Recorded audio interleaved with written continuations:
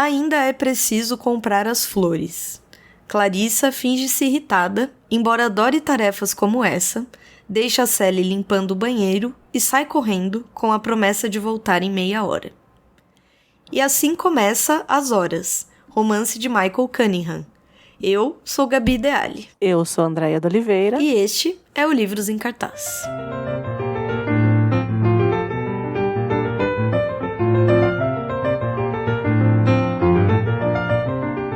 Andréia. Gabi. Andréia. E aí? Andréia, estou muito feliz de ter lido esse livro. Gente, pra quem não sabe, a Andréia me fala desse livro há muito tempo. Acho que desde a primeira vez que... Não vou aqui, né? Não vou denunciar tanto assim o passar dos anos, tá? Mas a primeira vez que a Andréia e eu falamos lá atrás, assim, tem 2 anos atrás, talvez. 1 ano e meio. Quando a gente falou a primeira vez de Virginia Woolf, enfim.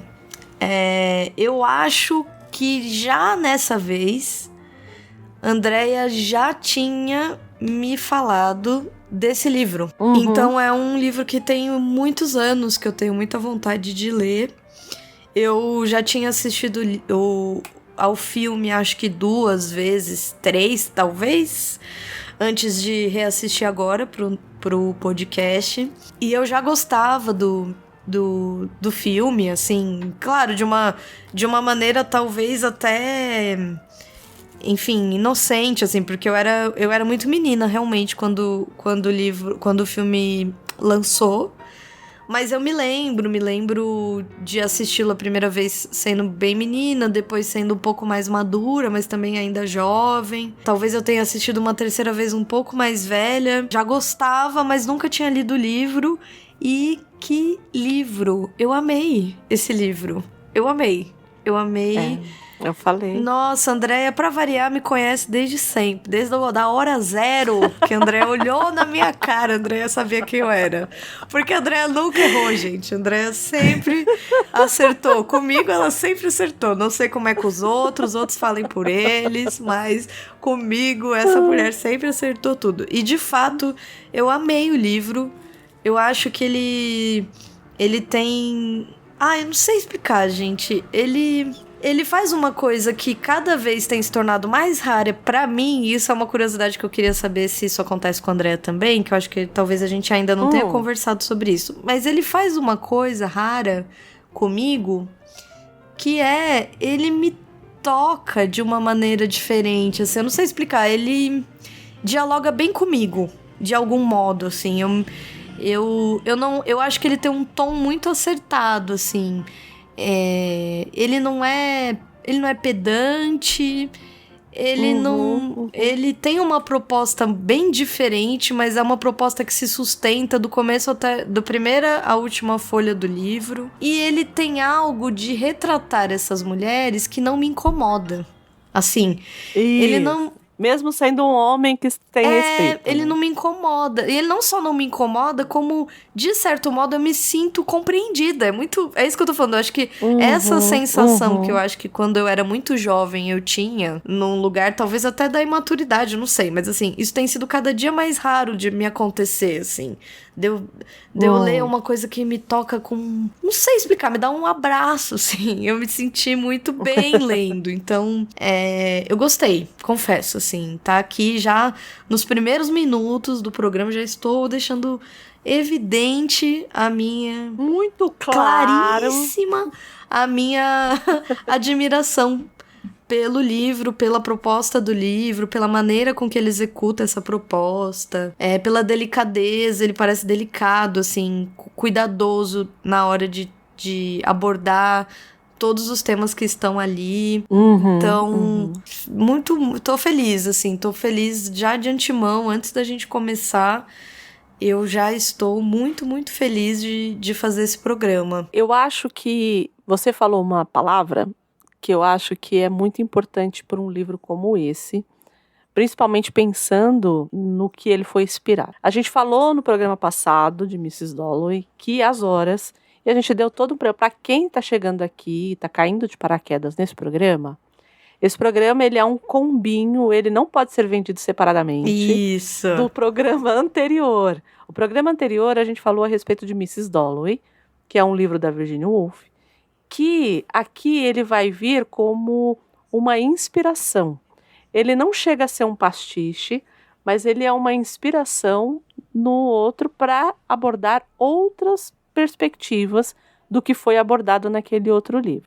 Ele retoma a parte estrutural do livro, então ele vai trabalhar também da mesma forma, talvez de uma forma mais palatável com o fluxo de consciência. Ah, sim. Uhum. Mas o que eu quero dizer é, a palavra que você disse foi pedante. E de fato, esse livro tinha tudo para ser pedante. Tudo. Ele foi extremamente laureado.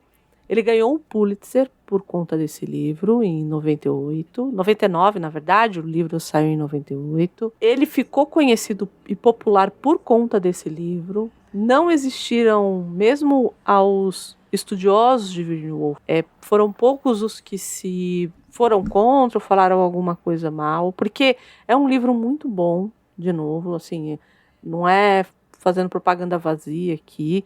Eu contei mais ou menos a minha história até chegar no Mrs. Dalloway, e foi a partir deste livro. E eu acho que ele podia ser, como sim. O Gabi falou, ele não é um livro pedante. E ele poderia ser. Nossa, ele tinha tudo para ser. Tudo para ser. Porque ele poderia ser insuportável, esse livro. Sim, não é? Ele poderia ser insuportável, porque ele está tratando e ele não coloca... A gente percebe que existe uma reverência pela história da Virginia Woolf, pelo texto dela, pela estrutura que ela criou. Ele cria em cima dessa estrutura, mas ele não coloca, e aí eu acho que é por isso que ele não é pedante, ele não a coloca num altar. Isso, não é ao mesmo isso. tempo que ele é bem respeitoso. E é isso. Eu acho ele respeitoso e ao mesmo tempo que ele se inspira, a gente já vai chegar na premissa do livro, mas ele se inspira nela e na obra, ele pega para si. Eu acho, assim. A gente não vai fazer aqui um programa tentando ver o que ele acertou, o que ele errou, em relação à biografia, ou a um ponto de vista, ou ao próprio Mrs. Dalloway. Acho que tem aqui as adaptações que ele fez, mas eu acho que ele faz tudo que ele adapta aqui, ele faz de uma maneira muito justa para si. Assim, muito, muito honesta, talvez, com a obra, com a Virginia Woolf, com o que ele queria fazer com esse livro. Então, talvez venha daí o sucesso, em parte, assim, do quão ele conseguiu dosar tudo e, como a Andrea falou, sem ser pedante, porque tava, assim, dado de bandeja pra ser pedante, vamos combinar? Porque poderia ficar muito popular, e ele fica ali no meio do caminho, e é um meio do caminho que é muito difícil ficar. Muito. A gente tem um exemplo, dar um exemplo aqui de um livro que fez muito sucesso, que também virou filme, mas que é primeiro, que ele não, que a proposta dele é completamente diferente desse aqui. Ele é um livro de comédia, mas que ele usa como base o Orgulho e Preconceito, que é o Diário de Bridget Jones. O Diário de Bridget Jones, ele é um livro, e de novo, eu fiz o mesmo percurso. Eu cheguei no Diário de Bridget Jones para chegar em Orgulho e Preconceito. Tá. Então, assim, foi o mesmo percurso. Tá. No caso do do Diário de Bridget Jones, ele é uma contrapartida muito pobre, né? Assim, ele é um livro que eu adoro, assim, acho super divertido, mas se a gente for comparar com o que ele fez aqui, é risível, assim, sim, né? Sim. Eu sei que é horrível falar mas isso, eu entendi. Né? Comparar qualidades e tal, mas assim, a proposta da Ellie Fielding era completamente diferente da proposta dele aqui. Ele é um homem, depois a gente vai falar um pouquinho da biografia dele, mas ele é um sujeito, estudou literatura inglesa. A Ellen Field também, mas assim, era mais jornalista, era uma outra pegada. Aqui as coisas são muito distintas. Os públicos eram muito distintos. Ela fez muito barulho na época que saiu o livro, e muito mais barulho que ele, inclusive. Ele só foi fazer barulho aqui, fora do eixo Estados Unidos, fora dos meios literários, por conta do filme. Ela acaba saindo porque ela cria uma visão de uma mulher da década dos anos 2000. Que essa mulher de 30 anos, que não casou e que tá louca pra casar e parará, parará. Então ela cria uma outra coisa e usando essa chave do orgulho e preconceito também, que tem a coisa do casamento e tudo mais. Talvez por isso ela tenha ganhado mais visibilidade. Quando ela chega aqui, ela já faz sucesso com o livro, muito antes do filme, na época. Ele não. E aí eu acredito que é por conta disso, por conta dessa... Não foi tão popular a ponto da qualidade técnica dele e é notória, assim. A narrativa dele é espetacular. Eu não tenho um A para falar da narrativa dele. E é uma narrativa entroncada, e as pessoas podem dizer, mas é difícil, não.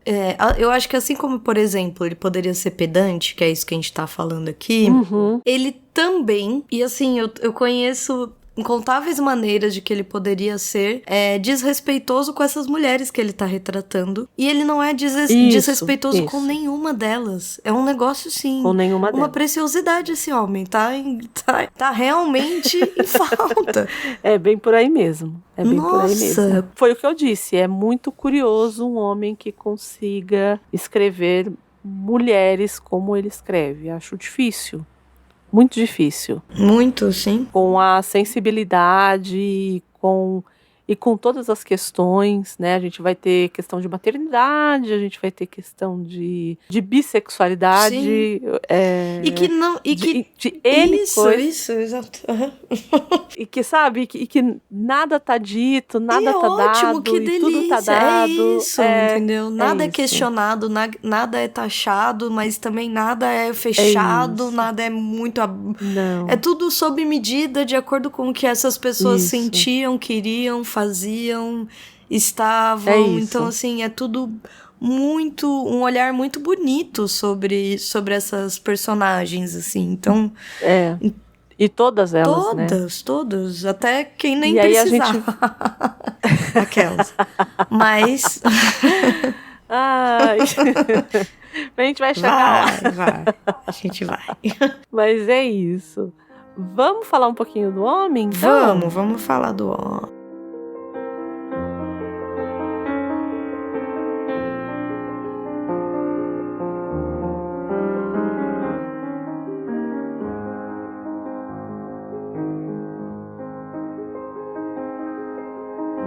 Ele ainda está vivo, olha só, vejam vocês. Andréia, você gostou de um autor contemporâneo? Olha, gente, você acha que não? Os meus autores contemporâneos, eu sempre brinco, os meus autores contemporâneos normalmente são autores de conforto. Eu brinquei com a Ellie Fielding, que escreveu o Diário de Bridget Jones, mas esses livros eles vieram para mim no período da faculdade que você lia ali o Memórias do Subsolo e você ficava em posição fetal depois, sem querer ler nada. Então, o que me fazia voltar a ler eram livros muito, muito, muito bobocas, né? Vou colocar assim, bobocas em que sentido? Que não eram... não tinham o que as pessoas chamam de qualidade técnica ou qualquer coisa. Então eu li muito durante um tempo esses autores assim. E aí o Cunningham ele entrou por essa via do filme, como eu disse, e foi uma surpresa maravilhosa na época que eu li. Eu li também jovem, né? Eu cheguei a falar aqui lá com os meus 23 anos, acho. E, nossa, querendo muito gostar do outro livro que a gente falou semana passada. Né? Pois é. Então, e eu acho que isso foi um problema. a minha porta de entrada ter sido As Horas. Nossa, foi. Porque ele é um livro que, ao mesmo tempo, ele aproxima, mas como eu disse, a narrativa dele é muito, muito, muito maravilhosa, assim. E você tem mais, para além do que a gente viu no livro passado, e assim, isso vai ser inevitável, tá, gente? A gente ficar comparando com Mrs. Dalloway, porque ele é baseado nele, então não tem como não, a gente não vai nem comparar, mas é apontar mesmo os pontos de contato, não vai ter muito como não fazer isso. E eu acho que foi um problema, porque, de novo, eu fui querendo gostar muito de Mrs. Dalloway e acabei vendo que não era pra mim. Mas esse sujeito, senhor, hoje de 73 anos, tá vivo ainda. Vivo e vivendo. Nasceu em 6 de novembro de 1952, em Cincinnati. E cresceu em Pasadena. Então ele fez literatura inglesa em Stanford e depois fez mestrado em escrita criativa na Universidade do Iowa, né? E participou de um grupo que eu nem sabia que era tão popular, que chama Iowa Writers Workshop. E falam que é um dos workshops mais importantes. De escrita criativa? De formação de escritores. Nossa! Eu não sabia, não fazia ideia. Bom, também, se cada um fosse assim como ele... Então, eu cheguei na minha pesquisa, eu acabei não indo atrás de outros autores que possam ter passado por essa formação. Mas para eles terem vou tentar procurar indicado isso, porque eu fui procurar, porque primeiro falei assim, nem deve ser tudo isso e tal, né, enfim. Fui olhar e não, o pessoal fala muito, principalmente desse período da década de 90, diz que ele formou muita gente, que foi fundado em 36, mas que formou muita gente boa, assim, desses escritores. Então, ele tem muitos alunos que foram prêmios Pulitzer. Então tem, Philip Roth. Olha, Philip Roth. Philip Roth, para quem não tá conectando o nome à pessoa, deixa eu ver algo que ele... O Ghostwriter, ele que escreveu. Ghostwriter, que também tem adaptação, inclusive. Adoro o Philip Roth, sabia? Então, ele é dessa turminha aí do barulho. Ele que fez Pastoral Americana. Isso, então. Esse livro que ganhou o Pulitzer... Então, assim, esses alunos aí ganharam o Pulitzer. Então, eles são ganhadores de Pulitzer. Entendi. E ele então, fez o Complexo de Portnoy. Não sei nem se é assim que fala. Não deve ser, né? Mas tudo bem. Eu acho que sim. É assim? Sim. Eu gosto, quer dizer, controverso, assim, mas eu gosto dele. Então, o The Ghostwriter é dele também. Que também tem uma adaptação. É bem boa, que é com aquele menino que eu amo. Menino Ewan McGregor, se não me engano, é... Nossa, Flannery O'Connor, que é uma das minhas escritoras favoritas da minha vida, assim, eu gosto muito dela. Chocante. Então ela também tava na turminha do barulho aí do Iowa Writers Workshop. Caraca, era assim então de famoso o negócio. Era de famoso. Caramba. E aí ele passou por isso, principalmente na década de 90, né? Falaram que eles ganhou muita coisa ali na década de 90, esse grupelho, digamos assim. Grupelho. Enquanto ele estava estudando, fazendo essas aulas ali, lá no Iowa, ele teve muitas histórias publicadas na Atlantic Monthly e na Paris Review. E teve um conto dele, um conto chamado White Angel, seria algo como Anjo Branco, ele não é traduzido para o português. Ele foi incluído no The Best American Short Stories em 1989. De novo, assim, ele é um autor muito laureado. Tá, mas ele... No meio acadêmico. Assim. No meio acadêmico. E ele só teve esse sucesso, assim, maior. Popular, assim, só. Porque... Que foi o que estourou ele pro resto, assim, né? Ele escreveu outros livros e tal. O que o pessoal diz é que ele meio que esgotou a fórmula, porque quando eu tentei ler outras coisas dele, falaram assim, ele meio que acabou fazendo tudo como As Horas. Sério? E aí eu meio Você chegou a ler? E aí eu meio que... Eu não cheguei a ler. Porque eu vi algumas coisinhas lançadas dele aqui no Brasil, quando a gente foi fazer... E me deu vontade, porque eu gostei tanto do livro. Acho que a Companhia das Letras lançou algumas coisas dele aqui. A Carambaia também lançou, acho que Dias Exemplares, a Carambaia. E... acho que foi. E aí tem Ao Anoitecer, A Rainha da Neve, esses... Mas eu me lembro que esse Dias Exemplares... Por que eu lembrei desse? Porque o pessoal falou... ele meio que manteve a fórmula do As horas e tal. Aí eu falei, então nem vou me dignar, assistir a ler e tal, né? Talvez se eu tivesse lido... Enfim, talvez um dia, quem sabe. Então, de novo, eu acho que ele a prosa dele é muito boa, né? Assim, a prosa dele ela te leva por um lugar, assim, de... Ela é incômoda, no sentido de... Ela fala as coisas, né? Então não fica muito com meio termo, assim. Isso eu gosto.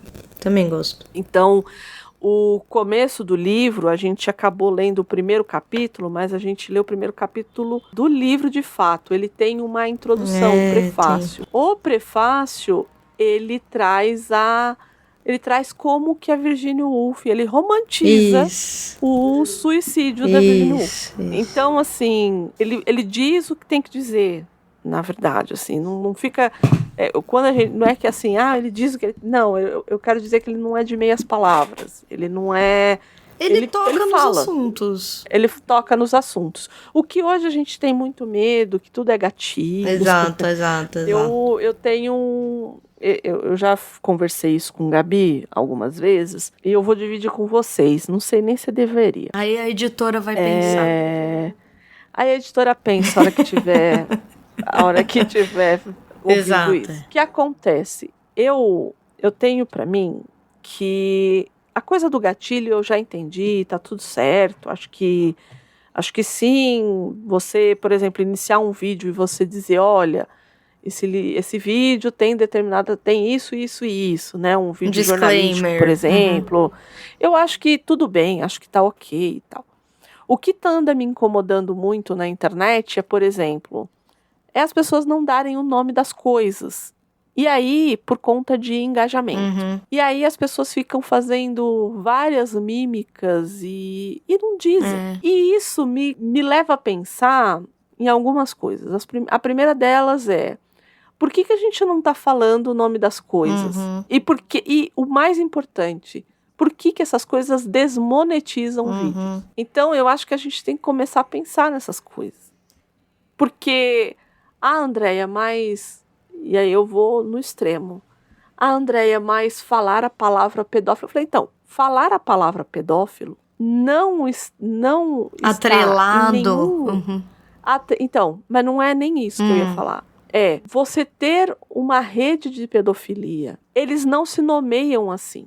Eles não usam essa terminologia. Então, dizer pra mim que você não fala isso no seu vídeo, porque ele vai desmonetizar, porque ele pode achar que você tá errado. Mas não pode porque é assunto sensível. Não pode. Então, vai ser assunto sensível? Como é que eu vou dizer isso? Então, a gente vai continuar tendo esses assuntos sensíveis cada vez mais para falar. Porque se é um assunto sensível, ninguém fala. É justamente por isso que tem que se falar, eu acho, sim. Claro, com as devidas... obviamente com cuidado, obviamente com respeito, obviamente...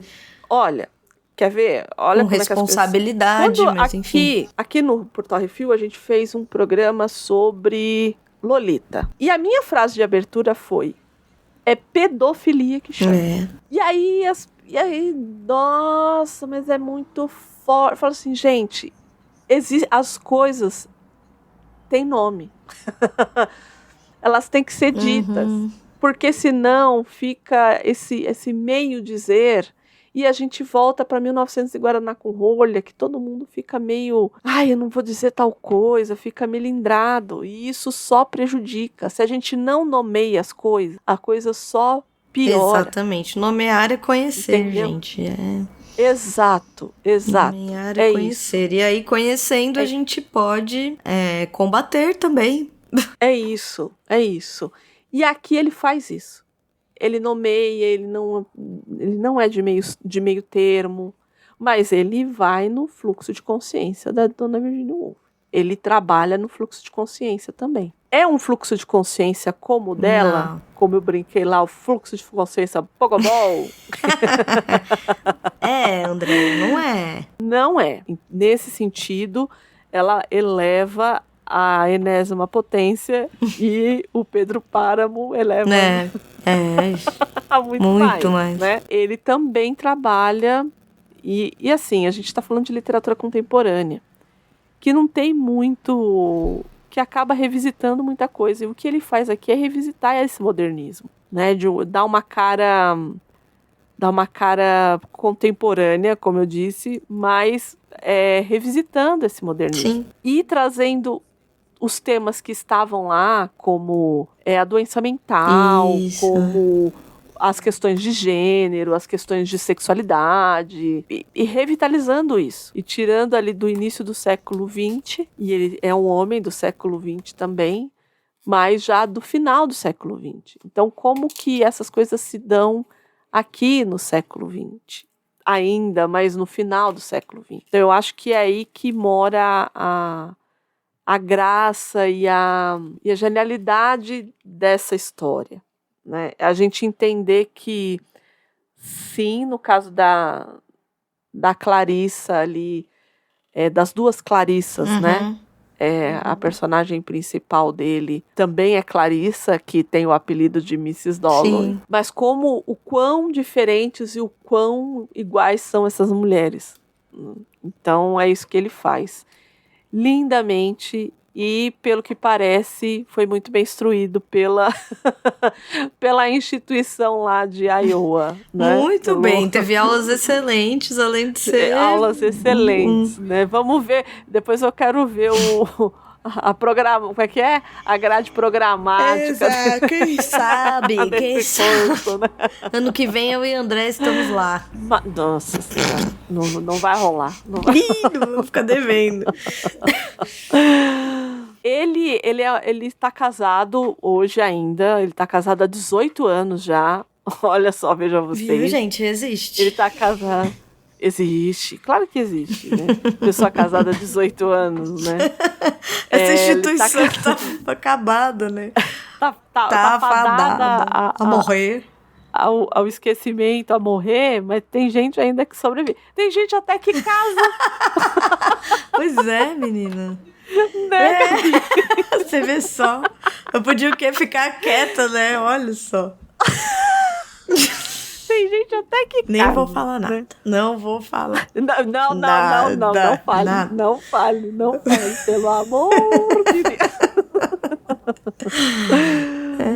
Bom, e ele tá casado com um psiquiatra, com Ken Corbett. E aí é muito curioso, porque foi o que eu falei pra Gabi. Na minha pesquisa, a gente não tem muita coisa a respeito da vida dele, não. Ele me parece ser muito low profile, assim, muito na dele, muito tranquilo, casado, sabe? Essa coisa assim. Mas me parece que... E a gente tem que lembrar que ele teve esse boom de popularidade no final dos anos 90. Que ainda tínhamos uma visão, principalmente do homossexual homem, como essa coisa sei lá, né, essa coisa do cara que vai pra noite e faz e acontece, nananã e tal. E tem essa... E ele combateu muito essa coisa do autor gay, né? Sim. Que também pra mim é uma maluquice. Em mais de uma fonte que eu li, tava escrito lá assim, ele acha ruim que as pessoas... E era assim o texto. Ele está casado com o fulano de tal, um psiquiatra... Não, primeiro era... Fulano é um homem gay. Ele está casado com fulano de tal, há não sei quantos anos. E ele fala que o oposto o do livro autor dele, é gay. isso. O oposto do livro dele Você é isso. entende? Você Gente, entende olha, onde eu vejam quero bem, chegar? tá? Nós não estamos aqui porque aí, né, vou falar do meu lugar de fala. Porque assim. Sim, sim. Você tem muito mais. Sim, André, sim. Porque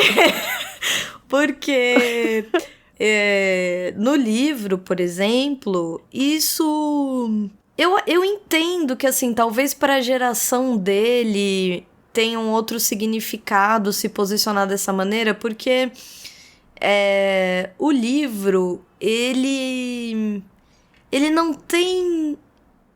Como dizer isso? Tô tentando dizer de uma maneira menos. Ele é um livro que ele não cria questões em nada. Então, em que sentido? Ele não cria um drama. Isso, ele não cria questões em torno de nada. E de nada eu estou querendo dizer porque a gente tá falando de um livro que trata desde suicídio até AIDS, até relacionamentos LGBTs, mães disfuncionais, mulheres que não queriam ser casadas. Então, assim, aqui, se a gente fosse pegar, assim, qualquer um das personagens e qualquer situação, quase qualquer situação do livro, daria pano pra manga, assim, pra gente ficar aqui falando da vida, enfim. Mas... Do universo e tudo mais. Por muitos anos igual nós vimos aí, uns episódios atrás. Exato. Mas, ele não faz isso. Ele não deriva. Ele conta a história que ele veio te contar. E ele deixa que você, que é o leitor, pense sobre essas personagens. Então, é meio contraditório que essa mesma pessoa... E aí, assim, por um lado eu acho contraditório, por outro, ele me parece até querer reforçar isso, assim. Porque é um livro de 98, né? Isso. É um livro... Então, a gente tá... Se a gente for datar, a gente tá falando de um período ali pós-grande onda da AIDS, pior grande onda da AIDS, assim, esse ápice do preconceito. Da epidemia, porque foi uma epidemia. Do preconceito e tudo mais. Então a gente tá num período ali que ainda não se tem essa fluidez no trato de se posicionar como homossexual tem uma carga. Enfim, eu não sei, assim, eu fico tentando entender o que passa pela cabeça dele em querer pontuar muito forte isso, assim, do tipo... Eu não quero que isso me defina num lugar de eu não quero ser... Não sei, assim, eu fico tentando... Eu gostei tanto do livro que eu fico tentando trazer Hoje eu não sei se eu vou encontrar, mas eu fico tentando encontrar uma justificativa. É porque eu acho que, por exemplo, alguns autores, quando eles são marcados assim, do tipo, o autor X... quer ver? Não vamos colocar para homossexuais, vamos colocar para negros, vamos colocar diretores negros, vamos colocar o Spike Lee. Isso, O Spike é um Lee, bom exemplo. ele é um cara, ele é um cara que faz filmes incríveis, incríveis, os filmes do Spike Lee são incríveis, e eles têm um viés racial. Ele é um homem negro, e aí as pessoas falam cinema negro do Spike Lee, por exemplo, e eu falo, cara, é também negro. É claro que vai ter um viés vai ter um viés racial, porque ele é um homem negro vivendo numa sociedade que o odeia. Então, é claro que vai ter. E tem obras dele que são focadas nisso, como o Infiltrado na Clã. Muito legal. Assista. É maravilhoso. Sim, eu adoro. É muito maravilhoso. Eu adoro. E eu acho que aqui é isso também. Ele não vai dar essa identidade para a obra dele, né? Exato, entende? Ele não vai ser esse cara, mas ele vai falar desse lugar porque, de novo, a nossa sexualidade, seja ela homo, hétero, pan, sei lá, seja ela o que for, enfim, ela não é tudo de nós, mas ela é ela não me define, mas ela é parte de mim. Então, querer dizer que você não vai colocar essa parte em algo tão sensível como arte, sei lá, eu acho que ele vai nesse lugar do tipo, olha, eu não quero ser conhecido como um autor que fala só para gays, porque eu não tô falando só disso aqui. Eu tô falando disso também. E nem é para esse público apenas que eu quero dialogar. Eu acho que tem um pouco isso, assim. Isso. E também tem um traço de geração que eu acho também, não sei. Pode ser, porque ele é dos anos 50, pode né? ser, não sei até que ponto. Porque eu também conheço, também tem pessoas que isso não tem nada a ver, então, sei, sinceramente. Entendi. Mas acho que pode ter, sim, um pouquinho, sei. Mas que não deixa de ser curioso, não deixa, né? É que eu acho que acaba colocando numa caixinha, né? É tipo, sabe quando a pessoa... tem uma boa. Sabe quando a pessoa, ela...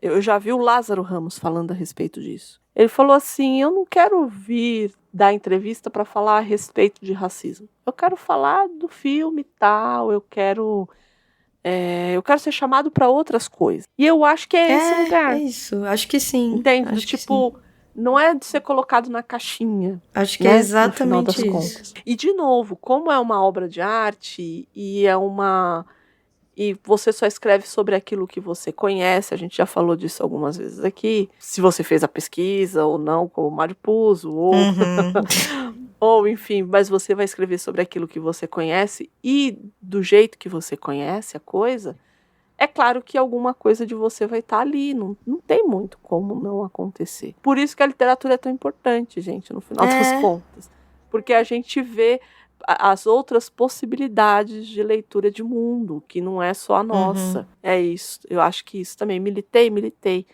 Mas... militamos. É isso. Mas acho que é isso. Podemos também, tá tudo bem. Acho que podemos.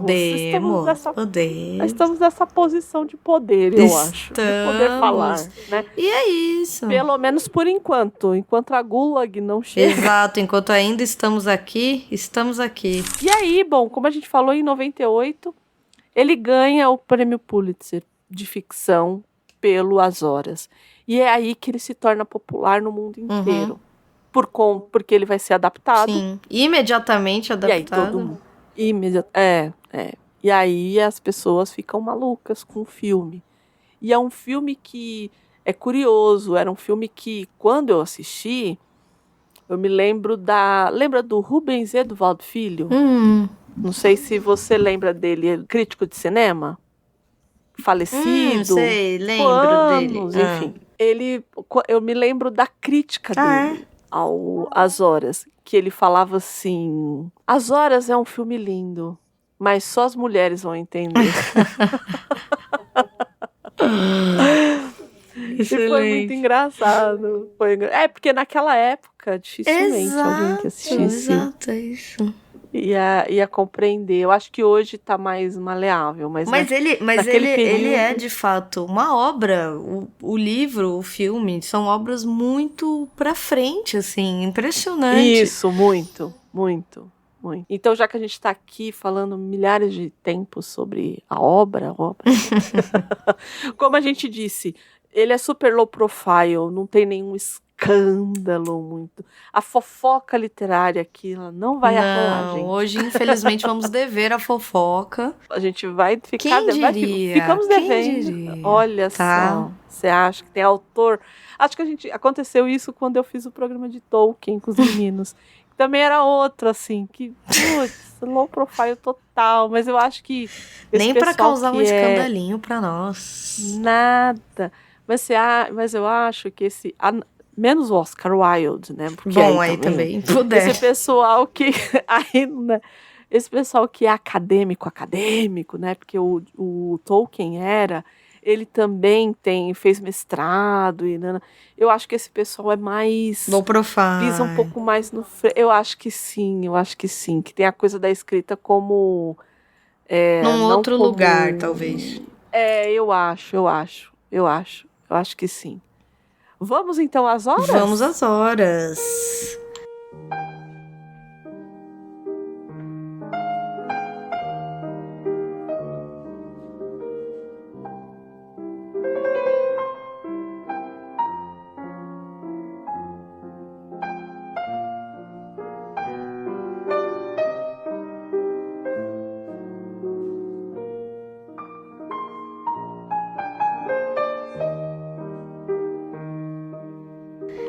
Ai, gente, livrão.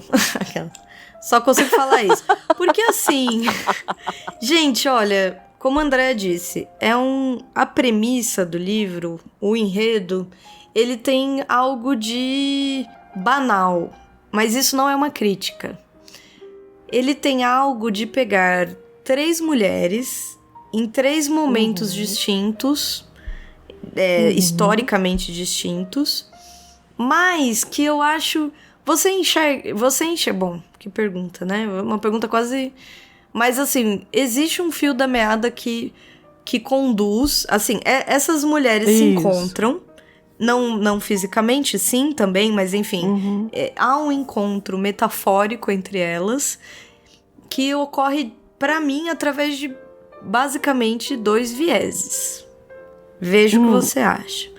Que eu acho que vem daí também a minha identificação com a obra, que elas todas estão passando por um momento, ou passaram por momentos, em que elas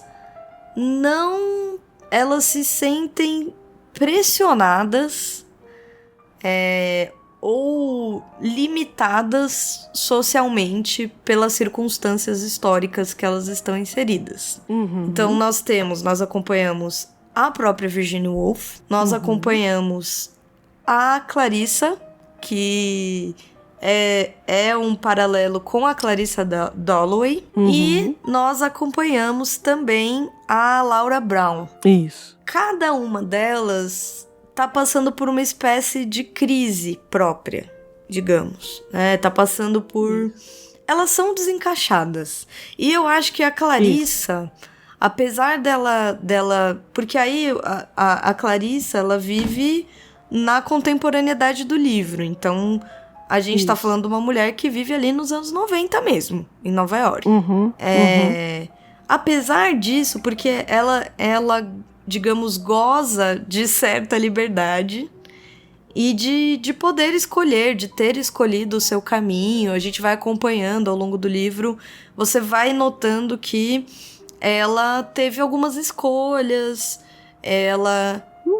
Exato! Então, era aí que eu ia chegar. Porque porque inicialmente você começa a ler e você fala, né, assim, né, tá tudo bem, essa é uma mulher relativamente bem-sucedida, que tem o seu reconhecimento, que é uma mulher com um relacionamento estável, que tem uma amizade ali que é recíproca, bem estabelecida.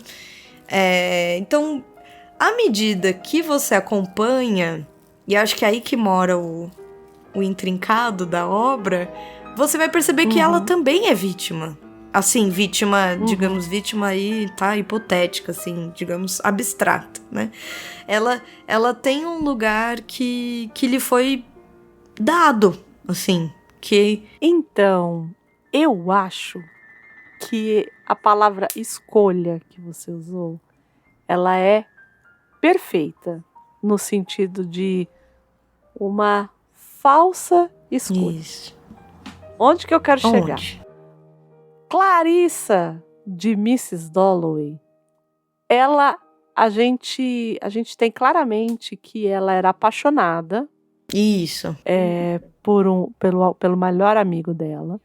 E ela fica com o Richard. Isso. E ela escolhe o Richard. Foi uma escolha dela. A gente diz, foi uma escolha. Deliberada. Até que ponto... Então, até que ponto foi uma escolha?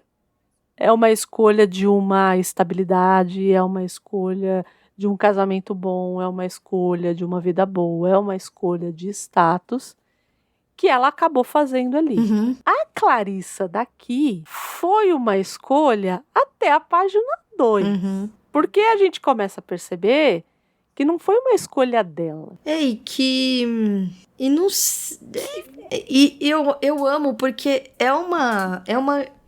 o que eu gosto disso tudo é que assim, essas são pessoas em crise. Isso. Todas elas estão em crise justamente por esse fio da meada, assim, por essa incapacidade de serem donas mesmo do seu destino. E aí é interessante porque a Clarissa, gente, pra gente dar um contexto, a gente tá falando de uma mulher dos seus 60 anos, 50 para 60, assim, uma mulher madura que trabalha com edição, qualquer coisa assim. Isso, ela é editora de livros. Isso, muito bem sucedida, então, imagina, mora em Nova York, enfim, né? Uma mulher muito bem sucedida, casada num puta apartamento, vamos combinar? Num mega apartamento lindíssimo, imagina. Lindíssimo, casada com outra mulher que aparentemente... Isso, com a Sally. Com a Sally, exato, a Sally que estava aqui no nosso primeira frase, já na primeira frase. E que também é uma mulher bem sucedida. E ela vive essa liberdade de uma metrópole, sei lá, cosmopolita, como Nova York. É uma mulher meio... Assim, a priori, ela é uma mulher dona de sua vida. Você lê e você diz, imagina que ótimo, né? Assim, a descrição do apartamento, como a Andrea falou. A própria vida, assim, o que ela tá fazendo. O luxo que ela se dá de, assim... de estar acompanhando esse amigo. Ela tem esse grande amigo que é o Richard, que é um amigo que está passando por uma fase avançada do HIV. Então... E ali ele começa a ter alucinações e tudo mais. É proveniente do HIV? Não, ele já tinha um problema de depressão. Eu entendo que sim. Eu entendo que sim, porque não que não possa, enfim, talvez naquele período não pudesse causar uma demência, uma espécie de uma demência, de uma psicose, de uma, né, de uma demência. Isso. Mas é mais improvável. Porque aqui ele tá fazendo um espelho com o Septimus. Isso, né? Exatamente. Ele tem esse lugar total do Septimus, assim. Apesar dele condensar mais de uma... mais de uma personagem. Ele acaba sendo o Richard, que seria o marido dela. Um pouco do... Que o homem que ela... Um pouco do outro rapaz, que me esqueci o nome, do grande... Isso, do grande amigo... Peter Walsh. Eu acho que ele condensa tanto o Richard quanto o Peter. Quanto o Septimus. Quanto o Septimus, À medida que... Porque aí você começa, como a Andrea falou, ele é esse amigo, então, que tá tendo alguns delírios. Você percebe que eles são quase vizinhos, ele é um grande escritor. Assim, grande... Pero não mútil, né? Existe uma certa dúvida de quão bom ele de fato foi e tudo mais. Mas ele tem, então, essa doença bem estigmatizada no período. Enfim, um pouco resistindo, um pouco se entregando. Ela acompanha... Você vai descobrindo que ela já o acompanha há muitos anos, que eles têm, então, essa amizade muito longa. Que ele teve o Louis, como um grande amante, assim, um marido, namorado por muitos anos, mas que agora tá sozinho grande ali, da puta. Exato, pois é, tá ali sozinho, né? E não sei o quê, e você, ao longo da história, você começa a se dar conta que ela era muito apaixonada por ele. Que ela não só era muito apaixonada por ele, como eles quase ficaram juntos. Isso. E você... E parece que eles se amavam, Sim. de fato. Assim, mesmo ali na contemporaneidade do livro, mesmo ali naquele lugar, eles continuaram se amando. Tanto que ele sempre repetia, né, a coisa do... Eu estou aqui por sua causa. Eu ainda não morri por sua causa. Você vai me deixar morrer? Tipo, mas ele você é me um deixa grande... morrer. Enfim. Ele é um chantagista, né? Assim, um manipulador. Muito manipulador, assim, porque ele sabe, ela diz isso em alguns momentos. Ela pensa isso Ele e é um diz isso, manipulador. ela diz isso, ela diz, ele sabe. Ele sabe que eu sempre É. gostei dele, ele sabe que eu nunca vou deixar, ele sabe que Isso. ele joga com isso. Ela está no lugar do Peter. Ela está no lugar do Peter. Ela está no lugar do Peter, exatamente. Ela está nas Ela mãos está. dele, assim. E ao mesmo tempo é isso, é uma personagem complexa, porque ao mesmo tempo ela é casada, ela dá zero indícios de alguém que não goste da mulher, não é como se... Isso. Não é como se ela fosse uma mulher que estivesse num casamento infeliz. Por quê? Porque nós vamos acompanhar em paralelo a ela... Eu gosto muito dessas personagens, porque pra mim todas elas são complexas, assim. Eu acho que não tem muito sim e não aqui. Porque é isso, ela tem uma grande paixão pelo Richard, mas ela é casada. Mas ela também ama a esposa. Ela né? meio tá casada. Dela, tipo, ao mesmo tempo que está tudo bem com a vida como ela está, também não está tudo bem. É muito louco, assim. Ela tem essa coisa... Então, mas eu acho que tem essa coisa muito da mediocridade da vida. Isso, exatamente. Tipo, Então, isso foi o que a essa vida coisa... fez de mim. Então, é isso que tem que ser, porque foi isso que a vida fez de mim. E do tipo, bom, vamos fazer dos limões uma limonada e vamos gostar dessa limonada, porque nós estamos aqui agora, então é isso, né? Ao mesmo tempo que tem condições muito piores no livro. Então, a própria e aí Aí, enfim, então temos essa personagem, que eu acho que é o fio da meada do livro todo. Isso. É ela. Isso. Assim como Mrs. Dalloway, enfim. Isso. Né? E em paralelo a ela, temos Laura Brown, que eu amo esse nome, Laura Brown. É um bom nome. Laura Brown, que é uma mulher, gente, que poderia ser tantas mulheres, assim... é uma situação... E eu acho que poderia ser tantas mulheres, inclusive da minha geração. Sim, nossa, assim, é uma situação assim, porque... Enfim, quem é Laura Brown? Enfim, ele dá alguns sinais de quem é Laura Brown, né? Então, ela é uma mulher recém-casada, mais ou menos casada há poucos anos, assim... com um marido que é um ex-combatente de guerra. Então, e ali ele dá muitos indícios disso, né? Do tipo, casou com ele porque era o que ela tinha que fazer. Do tipo, como que ela não ia casar com ele? Ele voltou da guerra, ele amava muito ela, ele era muito bonzinho, ele era muito dedicado, um homem fora da curva. E assim, por que não? Né? Assim, do tipo, o que mais eu deveria fazer, né? E num período, década de 50, 60, num período que a gente tá falando daquela dona de casa que estão imitando agora, entendeu? Aquela dona de casa I Love Lucy, isso, entendeu? Propaganda de margarina, assim. E ela é muito decadente, assim. Ela tá num momento muito ruim da vida. Porque ela é uma... A gente a acompanha enquanto ela está lendo Mrs. Dalloway. Isso. E você descobre que ela é uma grande leitora. Ela é uma mulher que gosta muito de ler. E não só isso, assim... Acho que dá a entender que ela queria outra vida, assim, mesmo.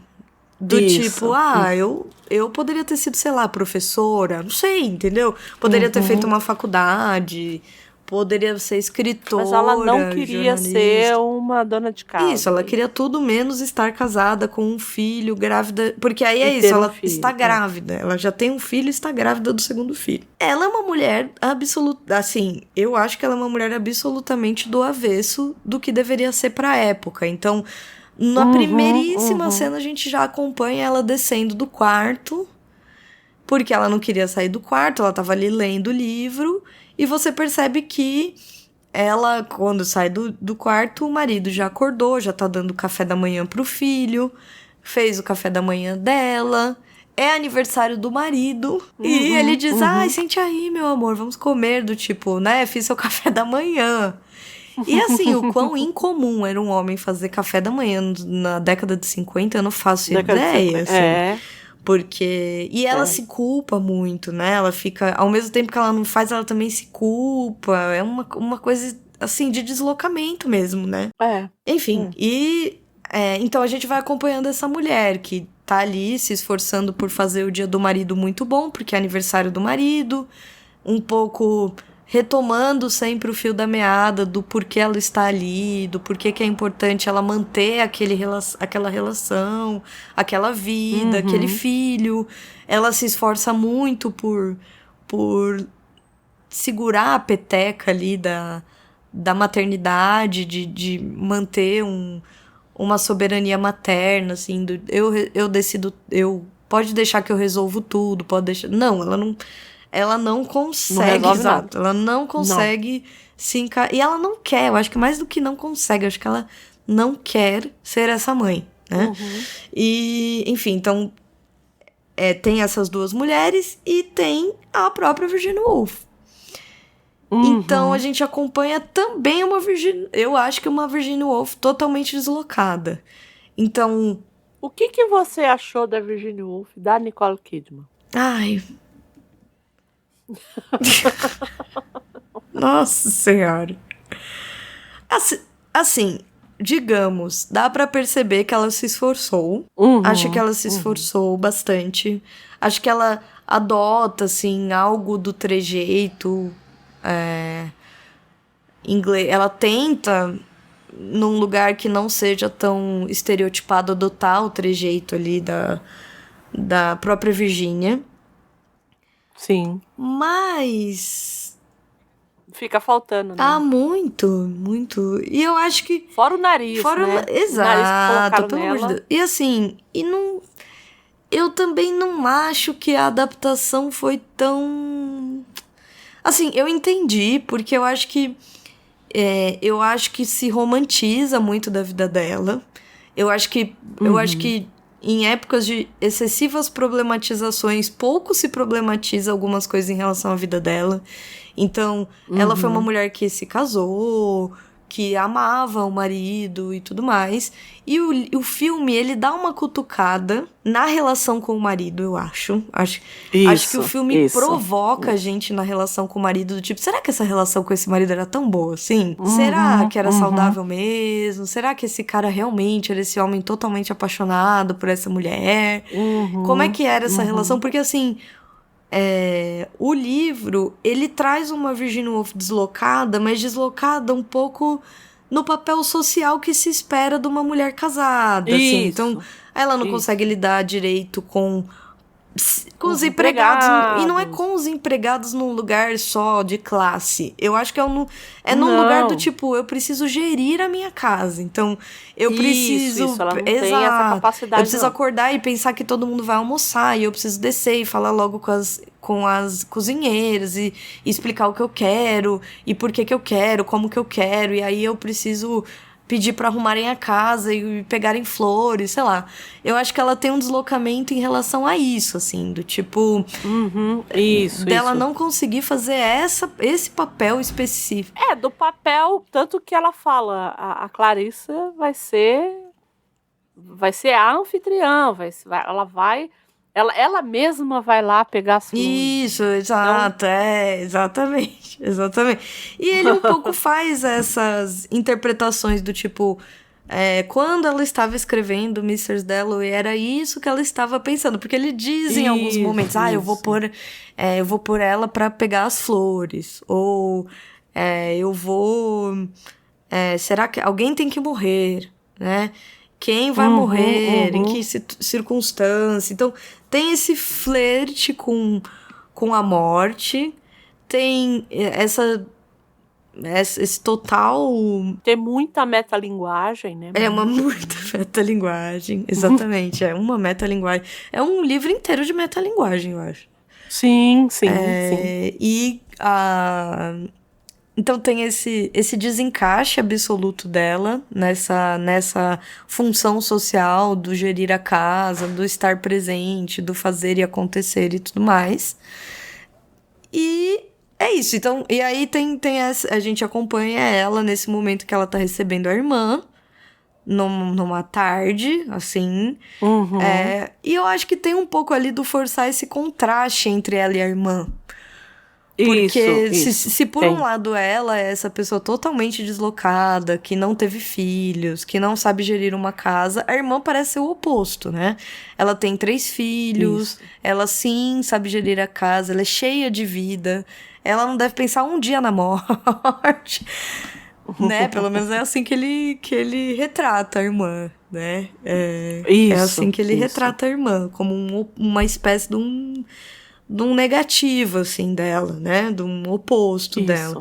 Então a gente vai acompanhando o tempo inteiro essas 3 mulheres, essas 3 vidas, esses 3 lugares que vão correndo capítulo a capítulo. Então, cada capítulo você acompanha cada uma delas e, como bem pontuou a Andrea, por dentro desse fluxo de consciência, assim, por dentro desse... Você tá dentro dessas personagens, assim, o tempo todo acompanhando as coisas acontecendo, também nesse sentido de acompanhar quase que um dia ou um período, um dia... É um dia exato, também. Um dia específico. Eu acho que a única que é a Brown, que né? a gente acaba estendendo um pouco mais é a Laura Brown. Porque as outras duas um pouco acontece tudo ali no mesmo dia. Enfim. E aí a gente vai acompanhar o desenrolar de cada uma dessas mulheres. Então, a Laura Brown vai num crescente, digamos ali... Enfim, todas elas flertam com a morte. A morte é assim, poderíamos aqui listar alguns subtítulos, temas, exato. né? Alguns subtítulos que estão em todo o livro. Então, todas elas têm um flerte com a morte, a seu modo. Então, a Laura Brown é isso. Eu, assim, durante um bom tempo ali da leitura, eu falei, nossa, a mulher... Ela vai se suicidar. E eu acho que ela acredita que ela vai se suicidar. Sim. Então, ela vai seguindo aquele dia, tenta fazer um bolo junto com o filho pra receber o marido. O bolo fica horroroso. Isso. Chega uma vizinha que era simplesmente a menina mais popular da escola... E que se tornou... E tem isso que a Andrea tava falando, eu acho, da mediocridade da vida, assim. Do tipo... Nossa, ela era a mulher mais popular da escola. E olha onde ela está. Do tipo... Ora, não é mesmo? Onde viemos parar? É isso. Né? O que essa sociedade nos prometeu, o que ela nos entregou. Então tem esse momento, ela encontra com a vizinha e acho que se depara com um pouco essa crise, vem um pouco à tona, eu acho, com esse encontro com a vizinha. E começa ali um plano, uma maquinação de se matar mesmo. Do tipo, vou deixar meu filho na casa ali da fulana, vou pra um lugar, vou tomar tudo quanto é remédio e adeus, né? A Clarissa, por outro lado, está preparando uma festa para o seu grande amigo, para o Richard, que... Isso, do mesmo jeito que ela estava fazendo... Isso. que ela não... Que ela o não seu espelho... Mas isso, lá no Mrs. Dalloway. Isso, ela está preparando uma grande festa para o amigo. E enquanto um pouco... critica, reflete sobre a relação com ele, sobre a vida dela, a relação com ele. Ela reencontra pessoas, então ela reencontra o Louis, que foi esse grande amor do Richard. Então, vem... E ela confronta, né? Confronta ele confronta ela também. Então, Também. Tem um devir, assim, tem um vir-à-tona de muito. Eu acho que as três passam por esse devir, assim. E eu acho que no caso da Virginia Woolf é a confrontação com a morte mesmo. É ver aquele pássaro ali. Enfim, ela tá ali o tempo todo com a morte mais concreta, digamos. Mas não metafórica, né? mais concreta, assim. Porque aquela cena no filme, eu acho que é uma das cenas mais bonitas, que é logo quando a irmã tá conversando com ela, a irmã fala assim, onde você foi? E ela tá pensando assim, e aí a gente vê a Lara Brown na cama e a cama se enchendo d'água. Nossa, aquilo é... Aquela cena é linda. Sensacional. De um jeito que ela já tá... Para quem não sabe da história da Virginia Woolf, não vai entender aquilo como ela tá, sei lá, ela tá prevendo isso, e não era nada disso. Na verdade, era essa coisa do rio ali, né? Desse rio afluindo ali, né? É uma cena incrível mesmo. É linda essa cena, eu acho essa cena incrível. Também acho linda. E a maneira com que o filme consegue mesclar as três muito bem. Isso pra mim foi muito incrível. A forma como ele conseguiu, porque no livro, gente, pra quem nunca leu, ele vai... Um capítulo é a Clarissa, outro capítulo é a Lara Brown, outro capítulo é a Virginia Woolf. Aí, no outro capítulo é a Clarissa, no outro capítulo... Então, ele vai intercalando. E eu falava, gente, como que eles vão fazer isso no filme?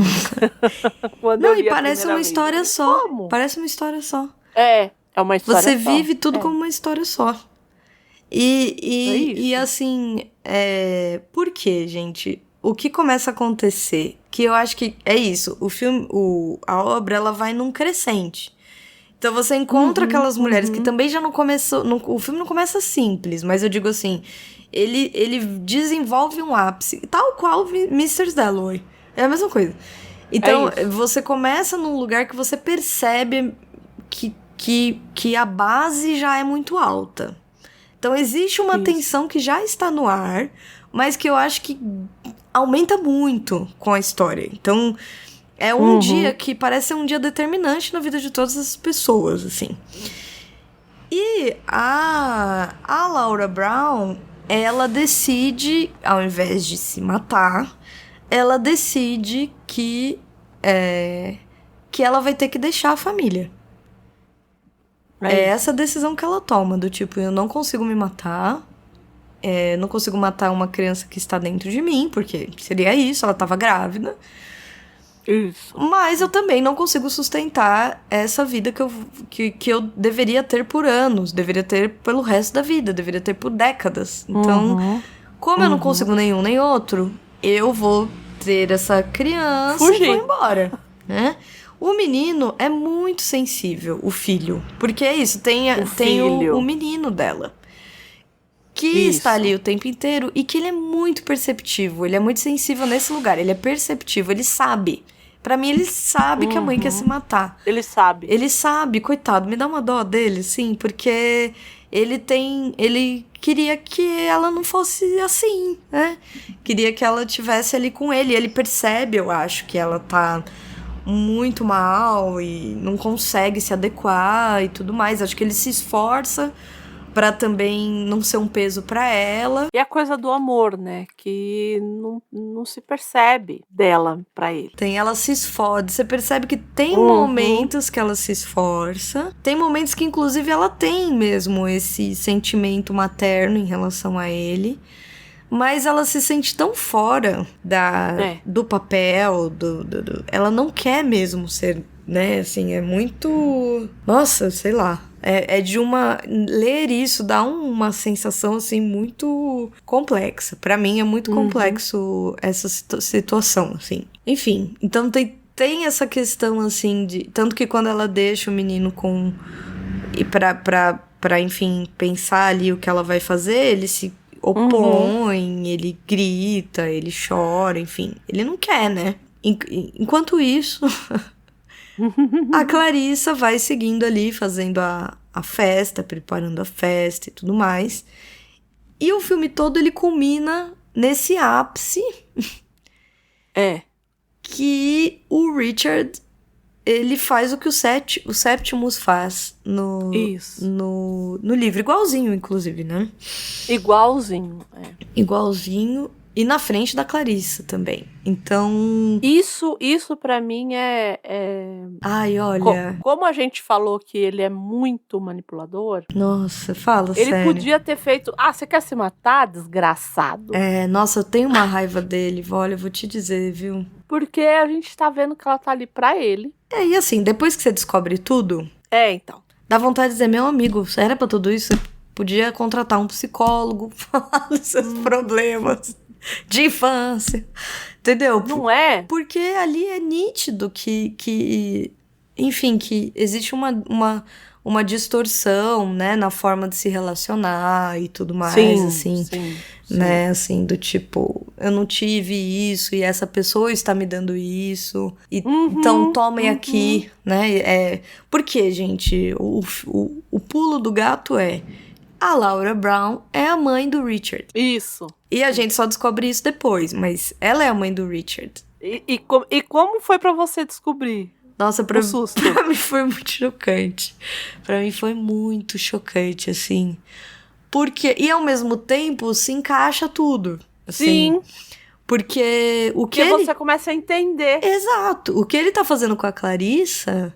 E tudo mais, assim, quem ele é também, a maneira com que ele se relaciona com os livros, tudo gira em torno dessa criança que um dia não teve algumas coisas, assim, que nunca ia ter e que, por conta disso, criou uma relação com essa grande amiga, amante, enfim, essa relação... totalmente disfuncional, porque... Tóxica mesmo, né? Tóxica, porque Porque, gente, o que acontece? Ele se mata na frente da Clarissa e ele meio que diz, assim, do tipo, né? Eu tô indo porque... primeiro que ele fala assim, você deixa? Você porque deixa... eu só tô aqui por sua causa. Sabe? E aí ela fala assim, não, veja bem. E ele vai indo pro parapeito da janela. E eu te amo e não sei o quê. E puf, pula. É muito sacana, viu? E a festa que ela tá fazendo, porque era pra ele. Isso, porque ele ia receber um prêmio. Isso. E aí ele fala assim, eu vou receber um prêmio porque eu sou um moribundo. Porque eu tô com AIDS e... Isso é uma... É um prêmio de consolação. Uma encenação,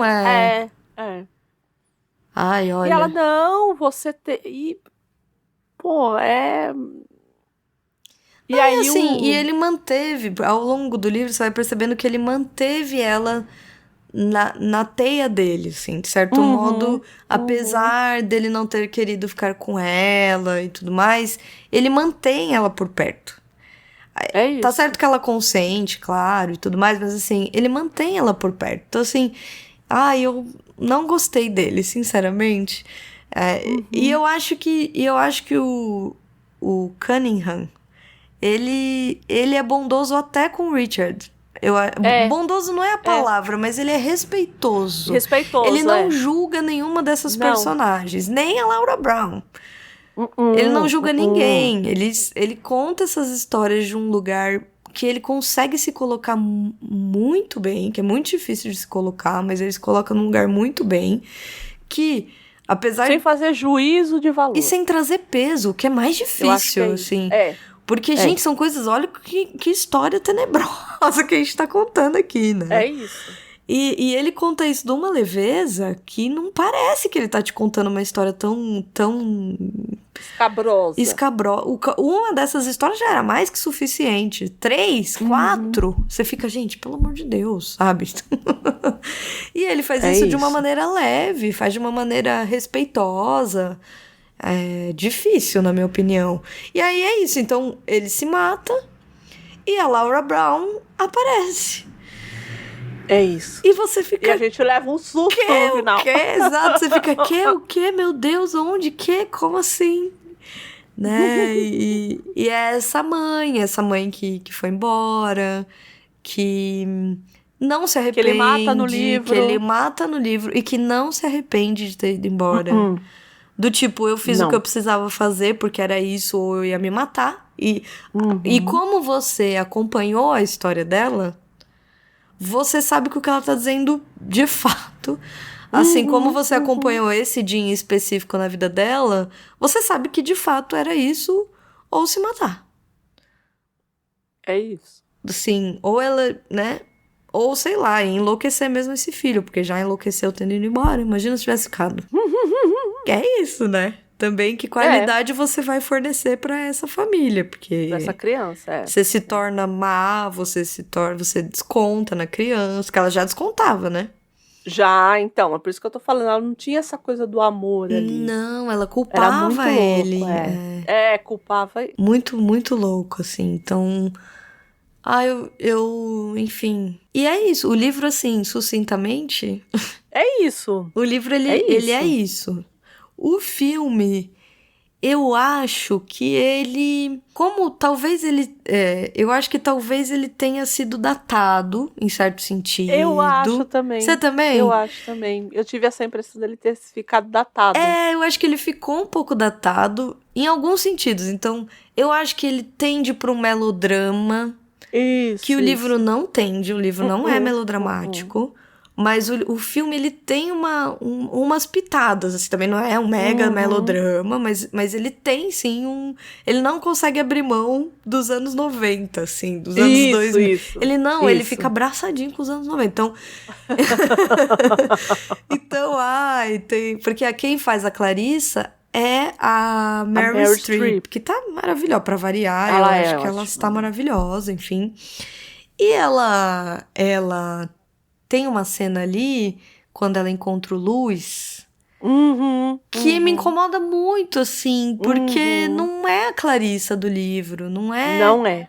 Ela tem ela tá expressando o que, de fato, a Clarissa no livro passa, mas é pra dentro, isso, né, que eu ia falar. Eu acho que como o livro tem essa coisa do fluxo, da consciência e tudo, isso é difícil de transmitir num filme, assim, do tipo... a gente precisa pôr isso na boca da personagem. Você precisa fazer a personagem dizer aquilo, porque você, só pelo que tá acontecendo, você abre demais o leque. Você não deixa muito óbvio o que ela tá pensando. Então... Acontece ali quando ela encontra o Lewis, ela tem um piripaque, assim. Ela deita, ela chora, ela se joga. Esperneia. Um negócio que você fica tipo, gente, levanta, Meryl Streep, levanta. Que isso, mulher? Levanta, mulher! Levante, vamos cozinhar. Cozinha esses pratos aí de caranguejo pro homem. Então ela tem esse momento...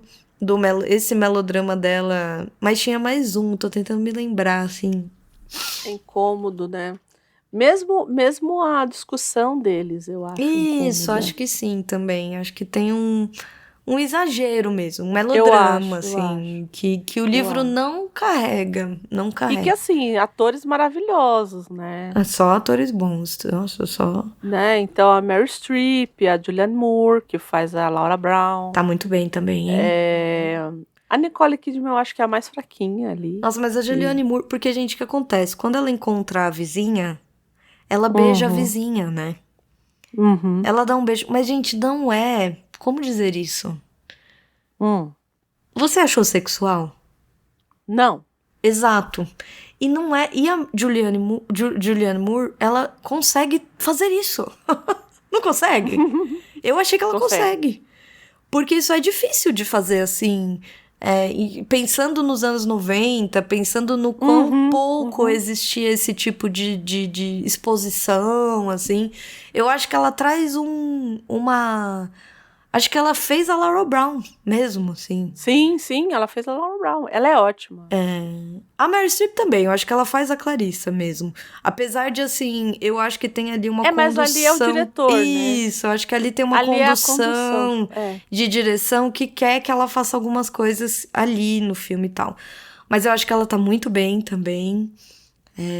O próprio Richard É o Ed Harris, né? tá muito bem, eu Ele é acho, ótimo. assim. Né? Ele é. Excelente no papel. Agora, de fato, a Nicole Kidman, putz, assim... Caramba. E ela ganhou o Oscar, não foi, por esse filme? Putz, ganhou o Oscar. Eu acho que sim. Nossa. Se não me esgano, como diz o outro. E olha... Se não me esgano, Às eu acho vezes... que é ela. Deixa eu ver. Acho que sim. Melhor As atriz, vamos ver. Ela foi indicada, que eu me lembro. Cadê? Ganhou sim. Melhor atriz em 2023. Em 2003. Ai, gente. Ai, Ela me tava poupe. concorrendo com quem? Deixa eu ver. Agora pronto. Agora, vamos lá. Agora, vamos ver Que quem é pra foi a destruir, coitada. vamos destruir direito. Quem? Quem será a próxima vítima agora? Eita porra, ó.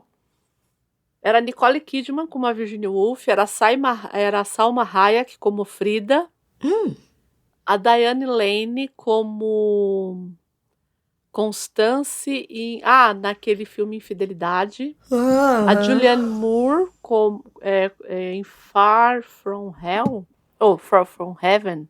Que filme é esse? Não conheço. Não me lembro. Não me lembro desse filme. E a Renée Zellweger por Chicago. Nossa. E ganhou a Nicole Kidman. E ela ganhou a Nicole Kidman. Mas era da que Miramax, assim, né? o Oscar adora essas coisas, né? Então, mas era da Miramax, não se esqueça. O que tem? Era daquele nojento lá, do Me Too. O mesmo que fez a Gwyneth Paltrow ganhar no o Shakespeare Apaixonado. Né, gente? Aí, enfim. Mas eu não acho que ela tá bem, não. Assim, sendo sincera, acho que deixou sem potência a Virginia. Eu também acho. Eu acho que apática, né? Apática, assim.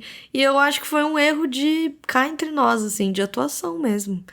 Eu também acho. Porque é um erro achar que Virginia Woolf fosse... Primeiro que eu acho que é um erro colocar uma australiana pra fazer. Pois é, então. Mas não é? Me fala. Pra fazer uma inglesa. Pois é, então. Poxa vida, sabe? Enfim, mas... Você entendeu? É isso, ficou datado o filme, assim. Não que hoje não fossem fazer. Não duvidando da capacidade de colocarem de novo uma australiana pra fazer uma atriz, uma escritora britânica, mas enfim. Mas eu gosto do filme, gente. Eu tô falando tudo isso no fim, mas eu gosto do filme muito. Acho que tem muitos pontos a favor. Acho que, de fato, parece uma história só.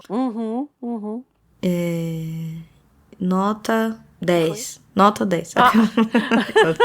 Tô brincando. Nota 10, nem ninguém. Nada. Aquelas. Entendi. É isso.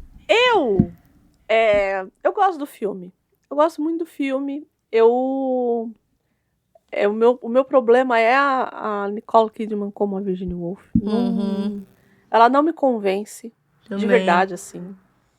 Então, eu acho que tem isso. Principalmente a gente sabendo da história dela e tal, eu acho que ela não me convence como... E eu não acho a Nicole Kidman uma grande atriz. Então, eu também não. Exato. eu acho que ela não fere, ela não, como é que fala? Ela não marca. Ela não compromete, mas também ela não sei se era pra tanto. Eu me lembro que foi uma grande, eu me lembro da campanha que fizeram. Nossa, Nicole Kidman, não. E eu fui assistir e falei, tá. Então, mas a Nicole Kidman é sempre assim, você já reparou? Então. Todo mundo assim, fica, meu Deus, o dela... próximo filme da Nicole Kidman, meu Deus. Aí você vai ver, você fica, tá, era isso? Então, pra mim, o filme dela que ela realmente brilhou foi Moulin Rouge. Fora esse... Deixa eu ver aqui se eu posso, coitada, falar alguma coisa desta mulher. Assim, tem esse Baby Girl dela. Que é péssimo. Eu acho Ai, meu Deus. Nossa, eu não Eu acho consigo. muito ruim. Você assistiu Baby Girl? Claro.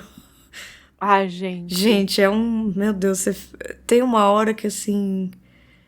Dá uma tinha vergonha horas que eu alheia. Isso. eu fiquei, Obrigada. Que eu fiquei, gente, pelo amor de Deus, alguém. E aí, aqui eu posso falar no meu lugar de fala. Fala, André, vamos lá. Não tem condições, cara. Não. Vamos combinar? Tinha coisas ali que você olhava, aquilo ali era pra te deixar, né? E aí você olhava e falava, eu tava dando risada nos lugares. É porque dá uma vergonha, ele é muito grande, gente. Não é? Não é dá, muito. não dá. Ai, não não dava mesmo.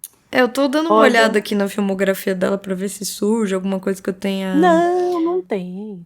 A única coisa que eu amei muito dela foi Moulin Rouge, que eu amo Moulin Rouge.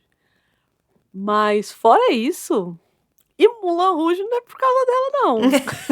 É mesmo? Ah, tá. Tenho que dizer que não é nem por causa dela.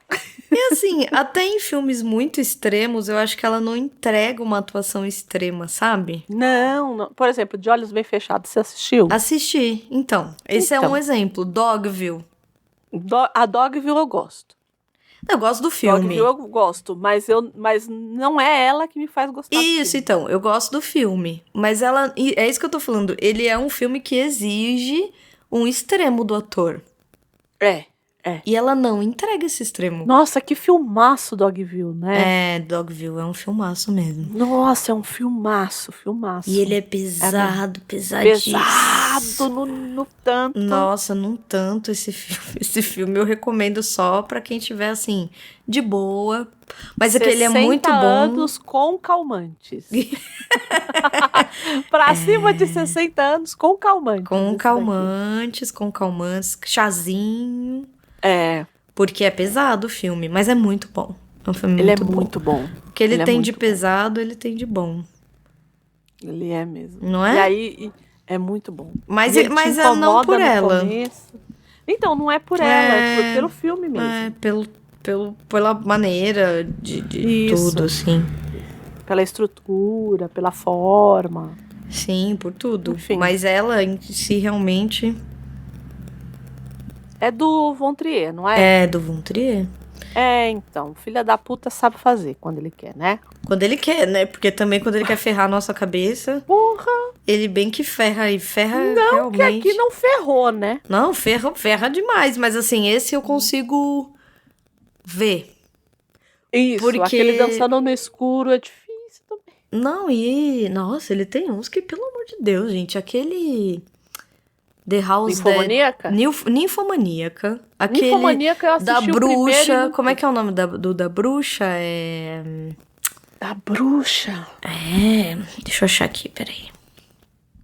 Menina, esse também é muito punk. E aquele outro... E aí, assim, chegou uma hora que eu falei, ai... Assim, eu preciso de um tempo. Pra quê, né? A casa que Jack construiu. Ah, não vi. Não veja. Anticristo da bruxa. Ah, o Anticristo é terrível. Você assistiu? Eu assisti. Gente, não, André, eu vou te contar uma coisa. Deixa eu contar. Deixa. Tive uma época que eu queria ver, porque eu assisti Dogville e eu falei, meu Deus, que incrível. Vou assistir outras coisas. Aí... na época, meu irmão ainda namorava. E aí, era véspera, assim, tipo... Época de Natal, assim, devia ser, sei lá, um dia antes do Natal, 2 dias antes. Tipo, dia 22, 23 de dezembro. E aí, ela tava dormindo no meu pai, né? Meu irmão morava com meu pai, então ela tava lá e tal. Aí eu meio que fui visitá-los, parou de ter trabalho... Eu passei um dia lá, passei outro dia lá, e aí nessa surgiu o assunto do cinema, não sei o quê. Ela falou, vamos assistir então Anticristo? Aí eu falei, vamos. Daí ela falou, eu nunca assisti, a gente podia ver, já que você tá afim de ver, já que a gente vai estar aqui, que só tem... Aí imagina, sei lá, antevéspera de Natal, a gente põe na sala do meu pai. O meu pai fazendo os negócios no computador, eu fazendo os negócios no computador, meu irmão fazendo os negócios no computador. Aí coloca o Anticristo. Aí tem aquela fatídica cena que ela pega um puta de um pedaço de de madeira, né? E taca ali no biruliro do cidadão. E, gente, eu não aguentei, eu dei um berro. Falei, não acredito que ela vai fazer isso. Dá uma aflição. Mas uma aflição, assim, que vem dentro da minha alma, aquilo. Que a namorada do meu irmão me olhou com uma cara, tipo, gente, por que eu fiz esse filme? Meu pai, gente, o que vocês estão assistindo? Aí eu ri. Esse é Lars von Trier. Esse é Lars von Trier. Não dá, cara, não dá. Não, o Ninfomaníaca, aquela coisa de... Cara, chegou Ah, na não, hora. porque E não é... Não, o pior você não sabe. Eu fui assistir o Ninfomaníaca no cinema. Nossa. Eu saí. Deu meia hora, eu saí. Eu falei, não É, porque... E não é vai sobre... rolar, cara. E não é sobre sexo. Não é. Só que, Assim como o você se sente Anticristo super também. Não, e você se sente muito desconfortável. Um negócio assim... Muito desconfortável, mas muito. E assim, esse A Casa que Jack construiu é nível, gente, assim, é coisa de gente... Me desculpa, assim, é coisa de gente doida. Não recomendo pra ninguém assistir esse filme, juro por Deus, assim. Ali eu falei, chega, não assisto mais Lars von Trier, assim, tipo, pra mim deu. Assim, eu falei, eu me aposento com esse filme, porque é de nível de você ter pesadelo mesmo, assim. É muito ruim, então. Muito ruim. Muito ruim. Ah, não. Não dá pra assistir, eu acho. De verdade, assim, de verdade. Você sabe que eu já assisti muita coisinha doida por aí, mas assim... Eu sei. Mas esse, assim... Tanto que eu comecei... É o tipo de filme que você pensa, gente, esse diretor não é normal, entendeu? Você assiste e você fala, não, Tem cara... Tem probleminhas, né? Mas eu acho que ele não é mesmo. Eu também acho que ele não é mesmo. Ele é bem problemático. Ele é bem esquisito. Ele é bem esquisito. Enfim. A pergunta que não quer calar, dona Gabi Deali. Temos? Temos, Andréia. Temos. Senhoras e senhores, o novo pardinho de vaso está entregue. Esteja entregue. Qual será o próximo, hein? Não saberemos. Não falaremos. Arrisque. Vamos arriscar. Vamos ver o que vai ser o próximo. Arrisque. Perguntem para nós. Joguem aí. Isso. Se quiser arriscar, arrisca. Como é que o povo pode arriscar? Manda uma mensagem pra nós, Andréia. Manda uma mensagem pra nós. A gente ama cartinhas. Manda pro livrosencartaz@portalrefil.com.br ou segue a gente nas redes sociais, no nosso Instagram, no @livrosencartaz_. Aproveita pra seguir a gente, comentar nos nossos posts, compartilhar story, fazer desenho. Isso! Tudo que você quiser, que a gente ama. O Eldes fazendo a gente chorar. Com desenho. Chorar. Né? Porque não para. Chorar. Não para. Mas não para, não. Não para, não. E o Sandro mandando vários e-mails pra nós. Recadinhos. Vários recados, vários e-mails. E aí, eu vou separar, porque ele mandou 2 e-mails juntos. 2 e-mails separados, juntos? Separados? Que ele falou sobre... Ele mandou de Mrs. Dalloway, ele mandou do Poderoso Chefão parte 2, e ele mandou também do Poderoso Chefão parte 1. Então, eu vou separar aqui por tema, porque tem outras pessoas também que mandaram.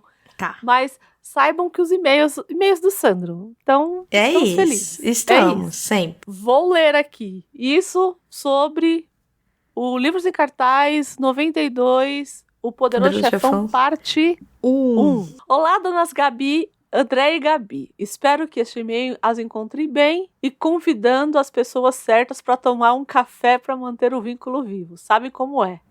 Não é mesmo? Você? É isso. Muito obrigado por dar prosseguimento ao trabalho de criar esse episódio sobre o Poderoso Chefão, conforme prometido mencionado em episódios passados. Ficou batuta. Oba. Gostamos de batuta. Gostamos. Então vamos lá. É que eu gosto dos subtítulos do Sandro, né? O Poderoso Chefão ou São Apenas Negócios não é nada pessoal. Eu amo. É isso. Que episódio, senhoras? Que episódio. Confesso que o Poderoso Chefão é daqueles filmes que todo mundo que trabalha com TI já ouviu o gestor de projetos usar a frase. Vou fazer uma proposta que ele não pode recusar. Em alguma reunião achando que era original. Informação inútil do dia. A versão do livro que eu li há uns bons 20 anos atrás se chama O Padrinho. E ao pegar para ler, não tinha a menor ideia que era a obra que deu origem ao filme clássico. Ao ler o nome Corleone no começo, que fiz a ligação. Sim, eu era lerdo desse jeito e ainda vou provar errado muita gente que acreditou em mim. Enfim, contei isso para dizer que adorei a explicação sobre o título Poderoso Chefão versus Godfather versus O Padrinho. Faz total sentido que num país católico como o nosso, chamar o chefe da máfia de padrinho ia confundir a cabeça de muita gente. Gabi, a sua paixão pelo livro ficou muito evidente e é contagiante. É o meu jeitinho. É o meu jeitinho. Essa coisa de não querer que o livro acabe, de ficar com ressaca literária, é uma das melhores e piores sensações que existem. Pois é. E a ideia de que merecia virar uma série, concordo em partes. Seria incrível ver todos os personagens que o filme não teve espaço para desenvolver, mas, ao mesmo tempo, mexer com algo tão icônico é perigoso. Anéis de Poder nos ensinou uma ou duas coisas sobre esse tópico. É verdade. Andréia, a explicação sobre a hierarquia da máfia ficou excelente. Dom, Consigliere, Underboss, Capo Regime, Soldati. É basicamente uma empresa, só que o RH não manda embora, manda ir junto para comprar canole. Quando vocês falaram que a estrutura é muito parecida com a milícia no Brasil, infelizmente faz muito sentido. Onde o Estado não chega, alguém chega. Pois é. E agora a parte que ninguém pediu. Um nerdola chato explica coisas que não interessam a ninguém. Vocês comentaram sobre o Lenny Montana, que faz o Luca Brasi. Curiosidade. O cara era lutador profissional de verdade. Uau. E ficou tão nervoso de contracenar com Marlon Brando que não conseguiu gravar uma cena decente o dia inteiro. O Coppola, ao invés de regravar, adicionou aquela cena do Luca Brasi ensaiando as falas antes de entrar no escritório do Dom. Ou seja, o nervosismo do autor virou cena do filme. E a parte mais legal, supostamente, para não ser processado, ele trabalhava para a família Colombo. Olha! A lenda diz que os mafiosos de verdade estavam querendo dar opiniões e ver como as famílias seriam retratadas no cinema, e o Coppola viu um armário ambulante e chamou ele para trabalhar.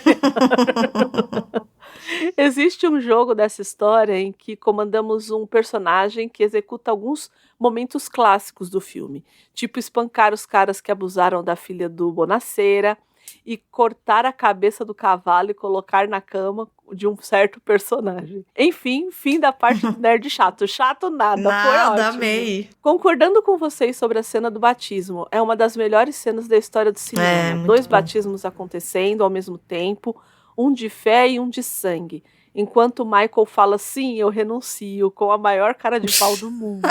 E essa cena parodiada em Modern Family é outra obra-prima. Eu não vi Modern Family. Eu também não. Então eu preciso dar uma procurada. Pois é. E chegando ao final do episódio, estava pensando que vocês poderiam falar do segundo filme, já que tem partes do livro, e para minha agradável surpresa, já estou ansioso para ouvir o próximo episódio. Um forte abraço, fiquem bem, cuidem-se e lembrem-se, deixem a arma, peguem os canoli, mantenham os amigos próximos, os inimigos mais próximos ainda, como se vocês tivessem. A gente não tem inimigo nenhum, nem eu, nem Andréia, né, Andréia? Não. Nunca, jamais. Nunca, jamais. Ainda mais próximo, Sandro. PS. Essa semana acabei de ler Meu Pé de Laranja Lima e sei que tem adaptações. E na minha ideia já tinha visto um episódio de livros em cartaz dele, mas acho que viajei na maionese mesmo. Enfim, vale como sugestão para 2027. Na verdade, Sandro, ele ia entrar esse ano, mas não deu. Porque a gente resolveu fazer de uma outra forma esse ano, outra dinâmica, por conta dos 100 episódios. Então ele acabou não entrando. Mas ele é sempre um que tá na nossa lista, né? Porque ele é um clássico mesmo, né? Meu Pé de Laranja Lima ali do Infanto Juvenil, né? Então, ele é um clássico mesmo. Vai, Gabi, vai no próximo. Você vai me fazer ler em italiano. Eu não sei ler italiano, vou falar tudo errado. Eu também não. Ah, é. Olha, cada uma. Gente, comentário no site do Guilherme Frediani. Buon pomeriggio. É assim, signorinas? Come state? Spero bene. Qui scrive Guilherme Frediani. Sendo o mais novo de 3 irmãos, me identifico com o Michael.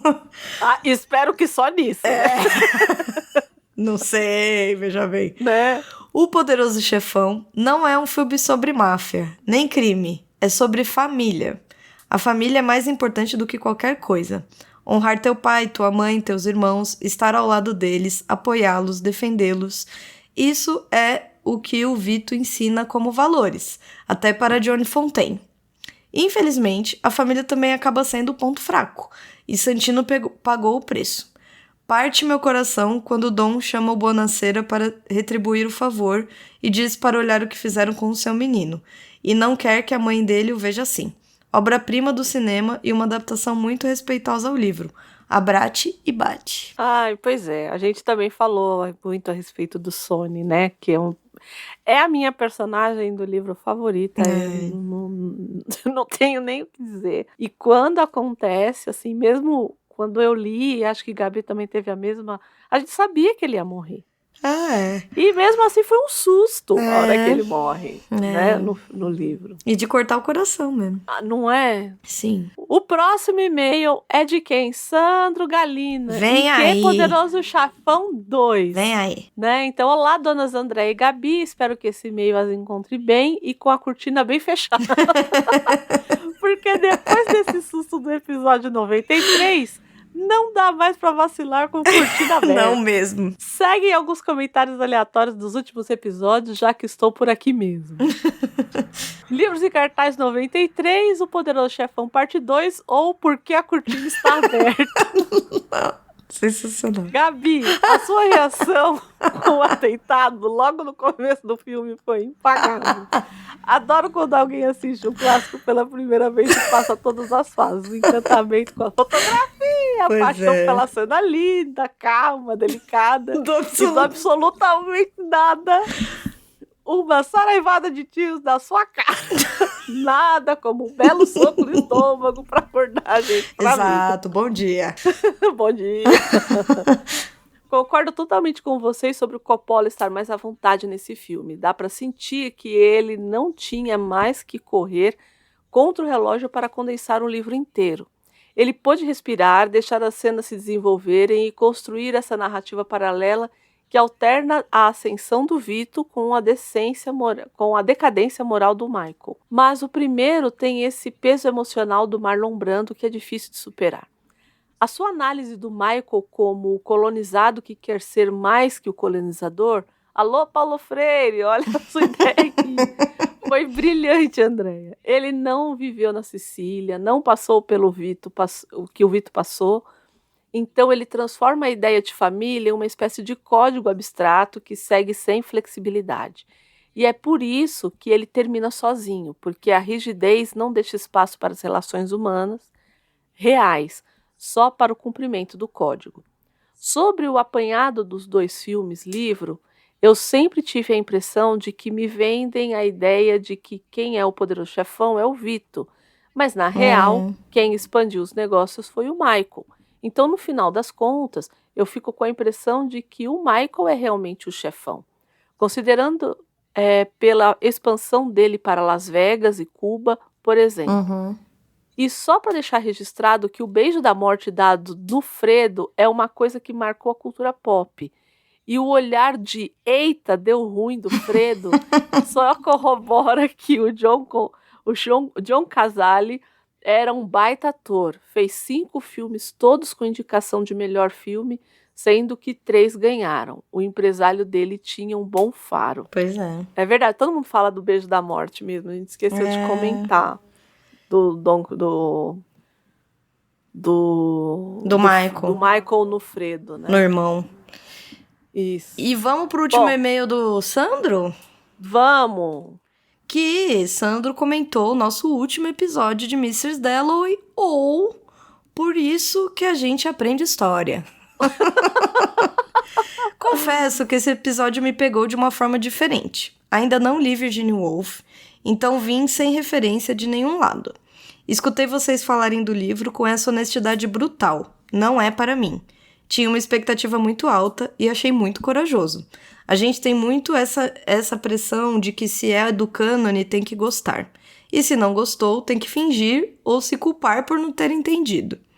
É libertador ouvir duas leitoras experientes dizerem que nem todo clássico precisa conversar com você e está tudo bem. Até porque já confessei para vocês que larguei a leitura de alguns livros por considerar que eu era muito burro para entender. Jamais, Sandro. Mas agora posso usar o seu termo técnico. Não era para mim. E seguir a vida. Obrigado pelo acréscimo de vocabulário para dar desculpas com propriedade. Exato. A vida é assim. Só para registro, Tim Chico. É isso. Agora... Tudo bem, tudo bem. Obrigada, Sandro. Agora, o que mais me incomodou ouvindo o episódio. O queridão do Leonard Woolf publicando tudo contra a vontade explícita da Virginia. Concordo com vocês duas. Isso é pior que muita traição. Ela deixou claro que queria tudo queimado e ele decidiu unilateralmente que o legado dela pertencia ao mundo, não a ela. As cartas são pessoais e ponto final. Nesse caso, pode até argumentar que isso ajudaria a entender melhor a autora e blá blá blá, mas no caso, foi para benefício dele, única e exclusivamente para ele ganhar um pouco de notoriedade ou estou viajando muito e entendi tudo errado. O que não seria algo inédito, diga-se de passagem. Eu não sei se foi algo para ele ganhar uma credibilidade, mas eu acho que talvez, quer dizer que, né...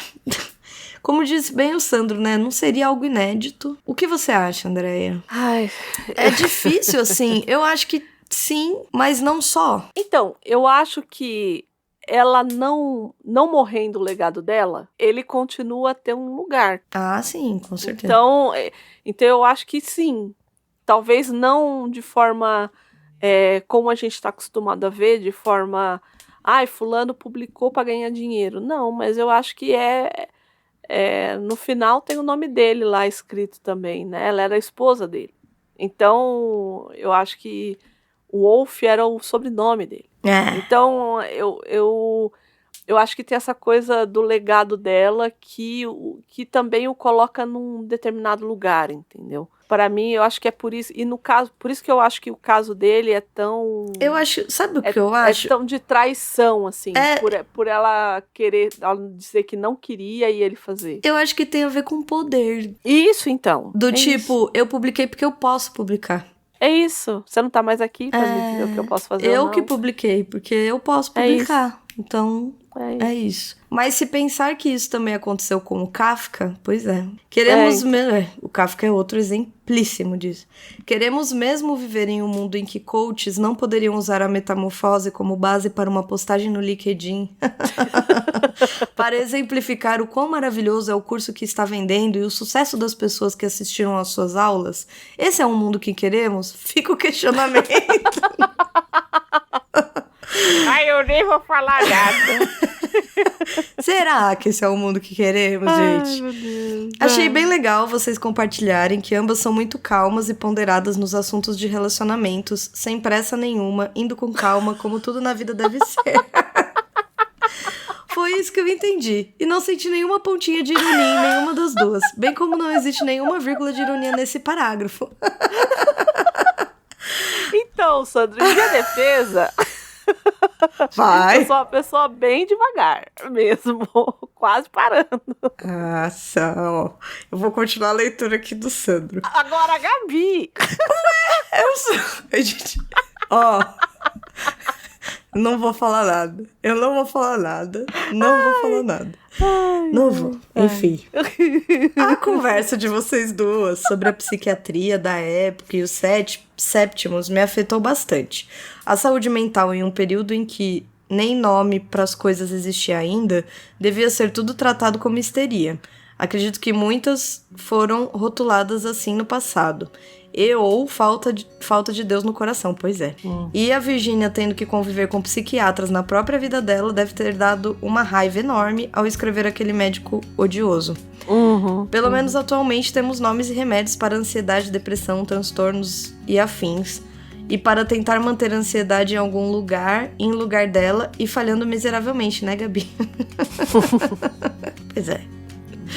E como o e-mail já está grande o suficiente, vou encerrar por aqui, antes que eu invente o episódio 95 na minha cabeça.